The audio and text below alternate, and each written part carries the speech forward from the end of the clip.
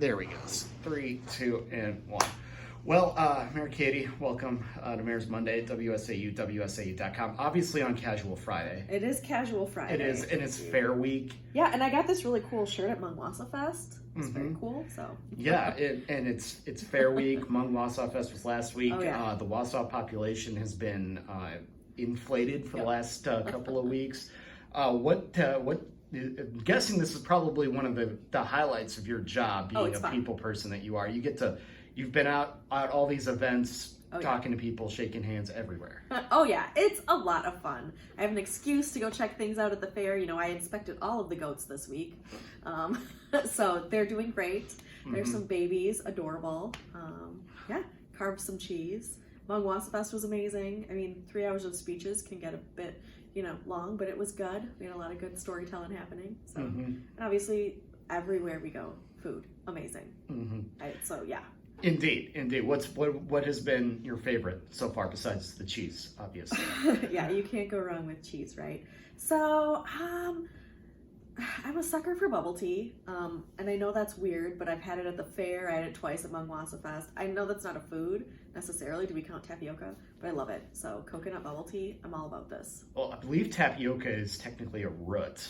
Oh, see? If we're going to get into the weeds on it, but it's a plant, so super good. It still counts. Yeah. Of course, you being vegetarian, it still counts. You know all about me.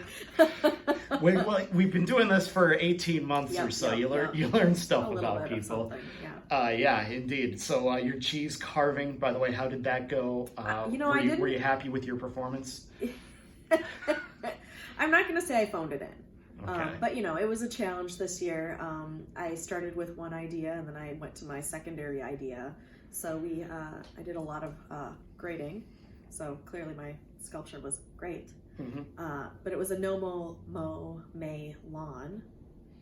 I didn't come home with any hardware this year. Last year I got second place. I think maybe they thought I just kind of copied last year's design a little bit. So it was good. Might have been. And, it's okay.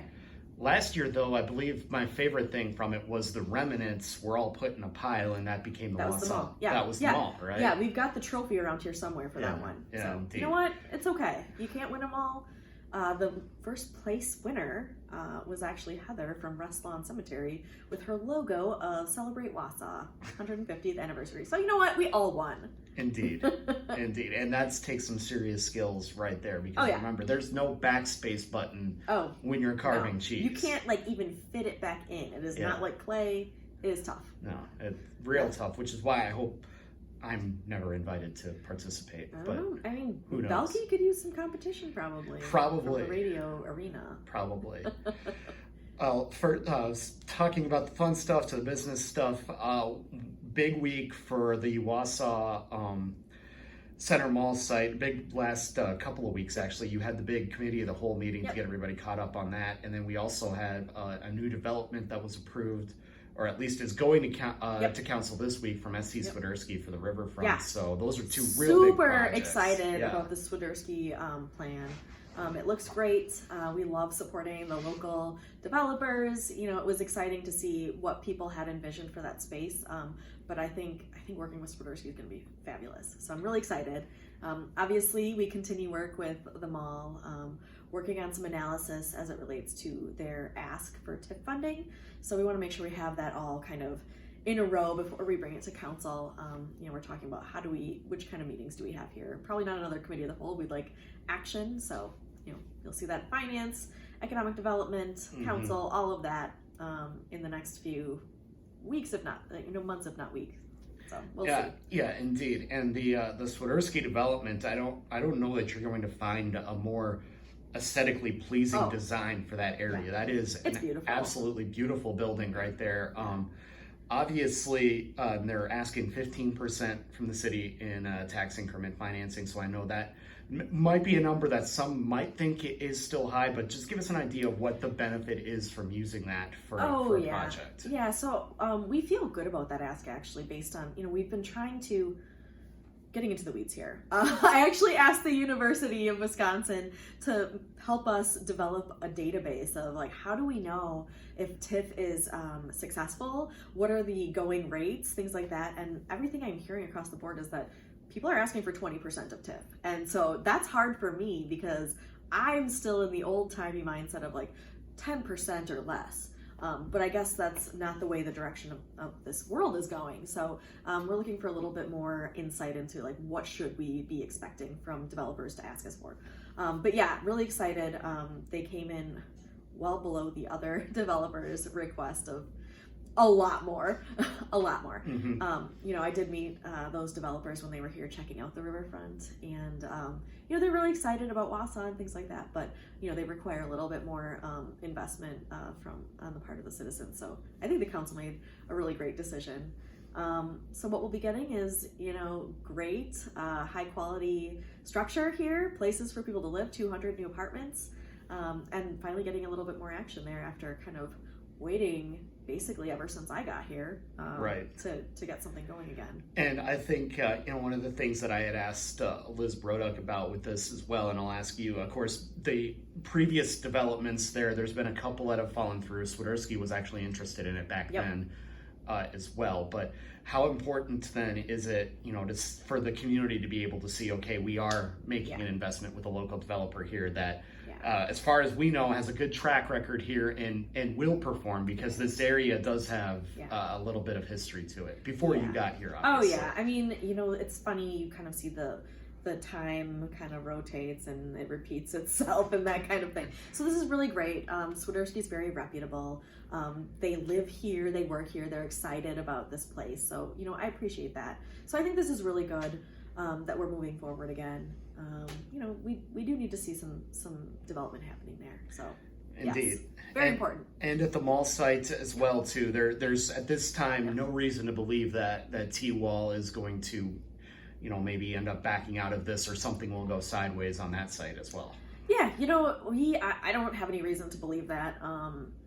You know, but we continue talking to his team about what the best you know, best numbers are for Wausau. So again, that has to do with some of that analysis of the TIF. We engaged a third-party organization, Ellers, to kind of help us understand like this gap that they're suggesting, and you know, been going back and forth a little bit on that. So just making sure that we're doing what's right, and that we're able to have a robust discussion with all the facts once we can have that discussion. And eventually then, hopefully, fingers crossed, we will have that nice development there that's been promised. Yeah, you know, I did just talk to the mayor of Watertown, and she told me that that they actually have a T-Wall development going up. And, you know, I asked her some questions about how's that going? What do you think? And she's like, the development is so high quality. We're so excited about this. And she even said that other developers are coming to her saying, hey, I heard you have a T-Wall development. What can we talk about here? So it's kind of interesting.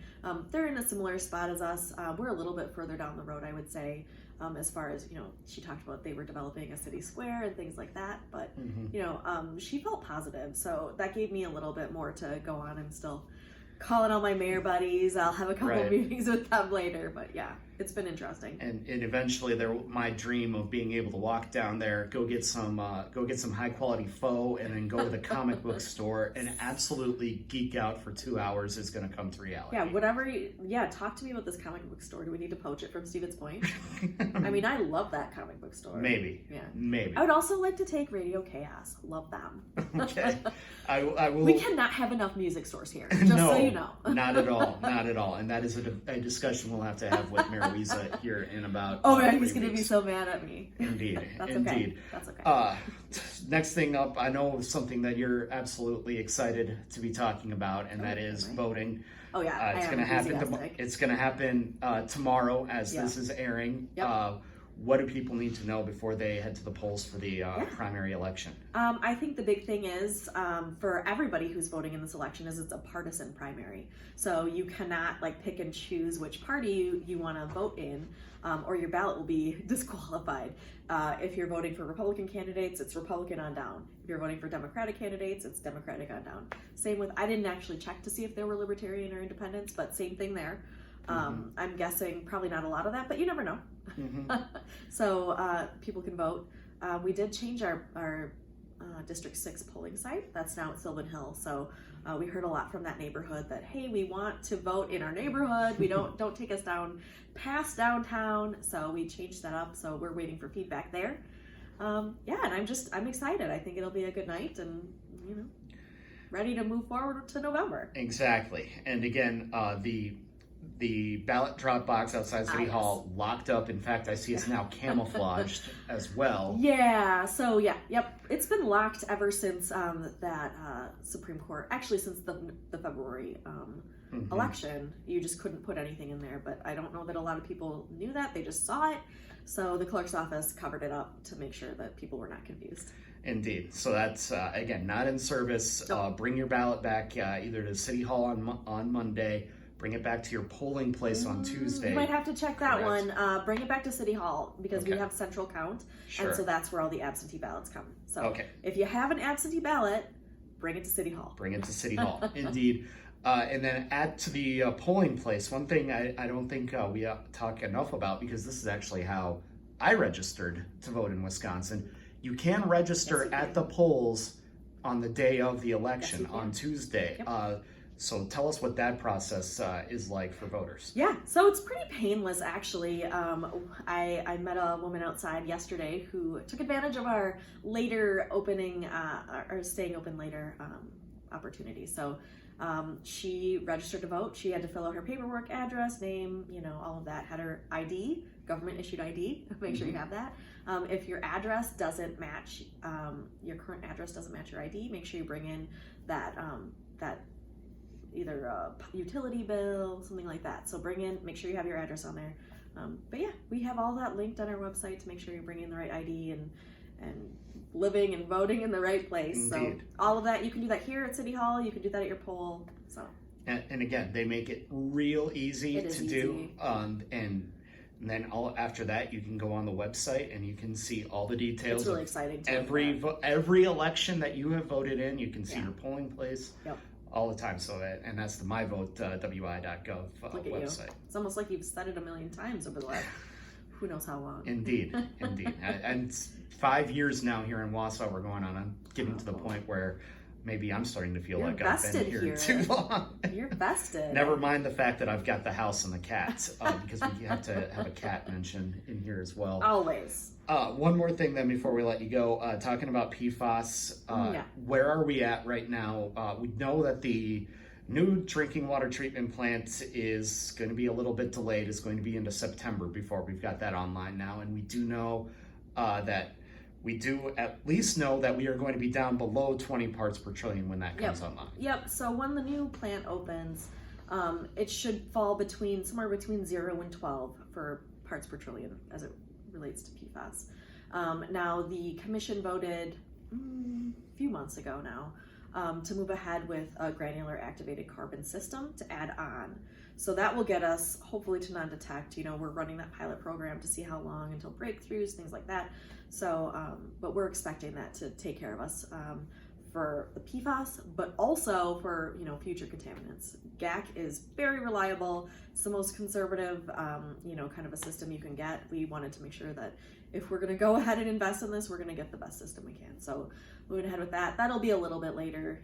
I think between 18 and 24 months. So do I wish it was happening right this second? Yes, I do. We all do. I think we all do. Yes. But yeah, we're going to get there. And we've had some good media. People are talking about, they're asking us now, like, what are you doing? Can we do that? I'm like, absolutely, you can do that. Here's what I know. So, this is helping our entire, state kind of understand what we need to be doing. So we're really kind of, what started out as a very difficult situation, we're kind of the beacon now. Yeah, and what can residents expect then when this new system does come online? Obviously, it's going to be lower. I think that was the goal of the council this whole time, was to get it to the absolute lowest level that we can, right? Yeah, well, when we had that initial cow, they said, well, we have to get below 20 parts per trillion. Like, that is step one, because that was what DHS was telling us. And that was before the EPA gave us their guidance, which were, parts per quadrillion. So, we still need to consider, like, is that a direction? Is that going to be regulatory? We don't know yet. So we're waiting on the EPA to weigh in with their regulatory standard. But yes, you can expect anywhere between 0 to 12 parts per trillion of PFAS at our system once we turn that on. And then as far as... And for everybody. If you have Indeed. water from the city, it's for everybody. It's not just those that have, you know, reverse osmosis or whatever. It's equitable. I think that was really important to the council too.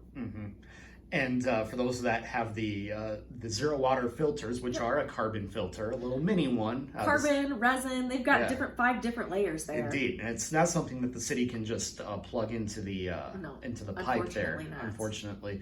But for those that we've talked about before, the city might order some more of those for residents. Are we at that point yet? We haven't brought that back up for a vote, mostly because it sounds like people aren't asking for that. So I know we're going through some of those filters. People have been showing up at the drinking water treatment plant to, you know, get their refills. So so far so good. So, you know, you can feel free to call the drinking water place and they will answer your questions. And if you need something, let them know. All right. Well, we always appreciate the time, Mary Katie. Yeah. And we'll look forward to chatting again next month. Have a great month.